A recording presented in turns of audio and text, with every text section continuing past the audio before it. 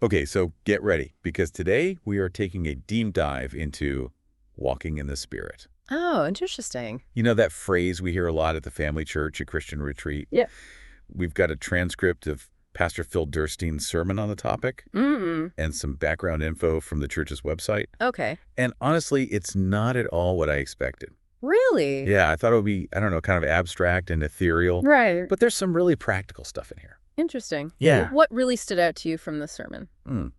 Well, for starters, Mm-hmm. I was surprised by how much it focuses on tangible results. Tangible results. Yep. It's less about, cultivating inner peace or feeling spiritual. Right. It's more about how walking in the Spirit should actually change what we do with the real world. Yeah, I see what you mean. Like, those inner changes should lead to concrete actions, Mhm. and those actions should affect the world around us. That's a really interesting perspective. But I've got to admit, sometimes the whole walking in the Spirit thing feels a bit vague to me. I hear you.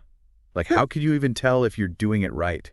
A lot of people ask that question. Yeah. And the sermon actually tries to answer that directly. Oh, how so? Well, Pastor Derstine points to the early church as an example. Early church. He highlights their joy, their unity, and their boldness as evidence that the Spirit was at work in their lives. Okay. He's kind of saying that those qualities aren't just nice byproducts, but expected outcomes. Oh, so we should be looking for those specific things. Yeah, that seems to be his point.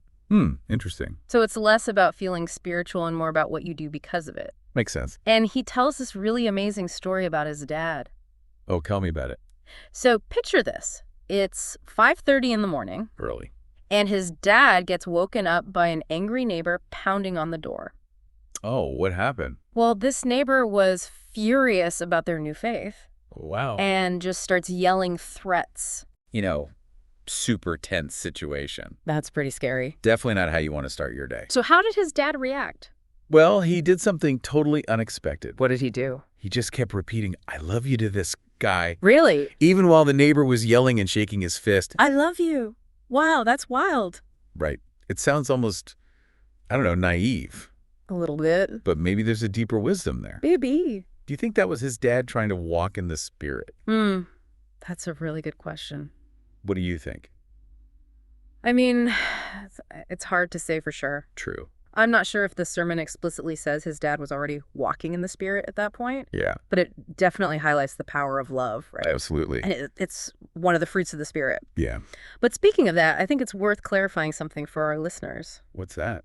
I think some people might get fruits of the Spirit and walking in the Spirit mixed up. Oh, yeah, that's a good point. Like what's the difference exactly? Well, fruits of the Spirit are like those qualities listed in Galatians. Okay. Love, joy, peace, patience, all that. Yeah. These are like the natural outcomes of a life that's connected to God. Ah, so those are the results we were talking about. Exactly. But walking in the Spirit is more about the process.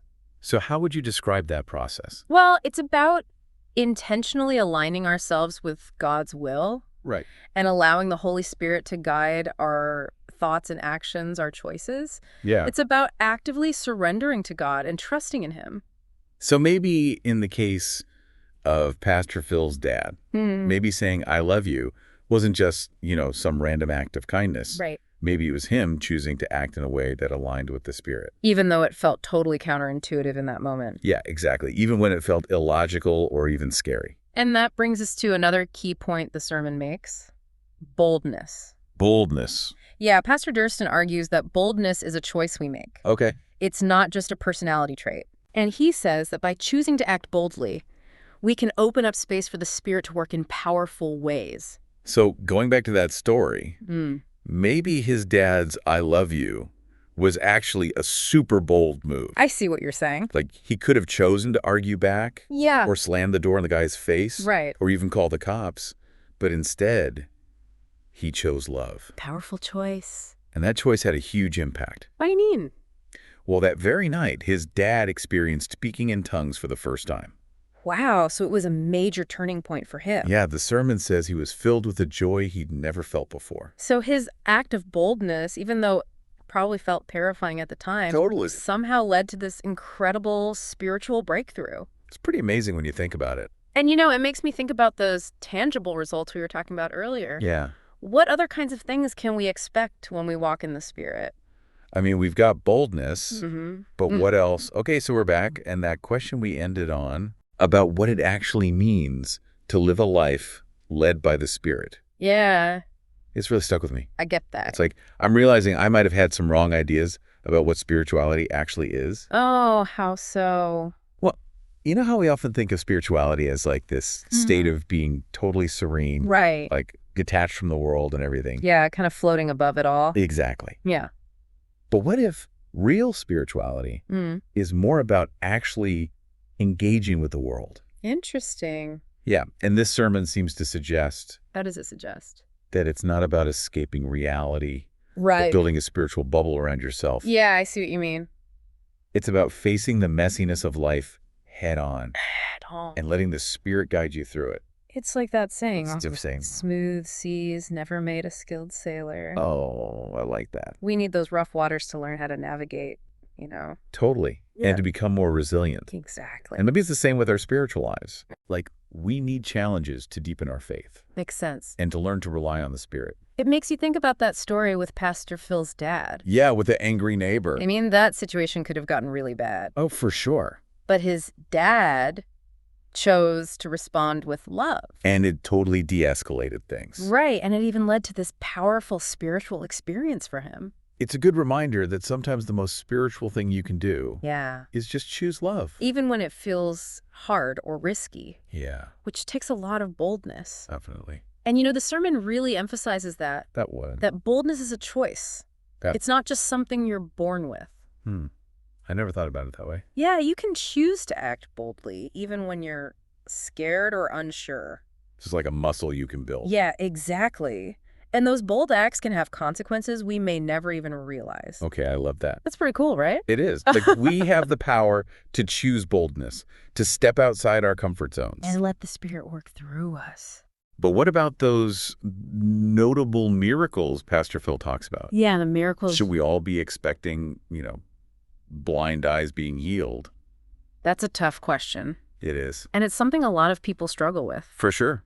But the sermon encourages us to think about miracles in a broader sense. Okay, what does that mean? Well, what if miracles are happening all around us Yeah. in ways we might not even recognize? So what might those less flashy miracles look like? Think about a time when, like, a relationship was suddenly restored, Oh. or a situation that felt impossible suddenly took a turn for the better. Mm.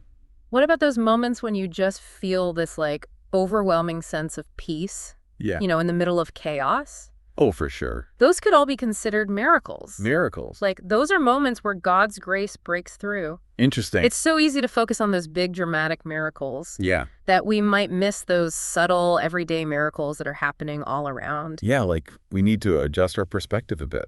Exactly. And speaking of adjusting our perspective, remember that story about Pastor Phil in Haiti? With the blind man? Yes. That experience seemed to awaken a new level of awareness for him. Yeah. Like, it made him so much more sensitive to God's power. It's like he stepped into a whole new realm of possibility. And maybe that's part of what walking in the Spirit is all about. Okay, I like that. Cultivating that sense of wonder, that openness to the miraculous. Even in the mundane. Exactly. You know what strikes me about all this? What's that? Even though we're talking about walking in the Spirit, which sounds kind of abstract, Right.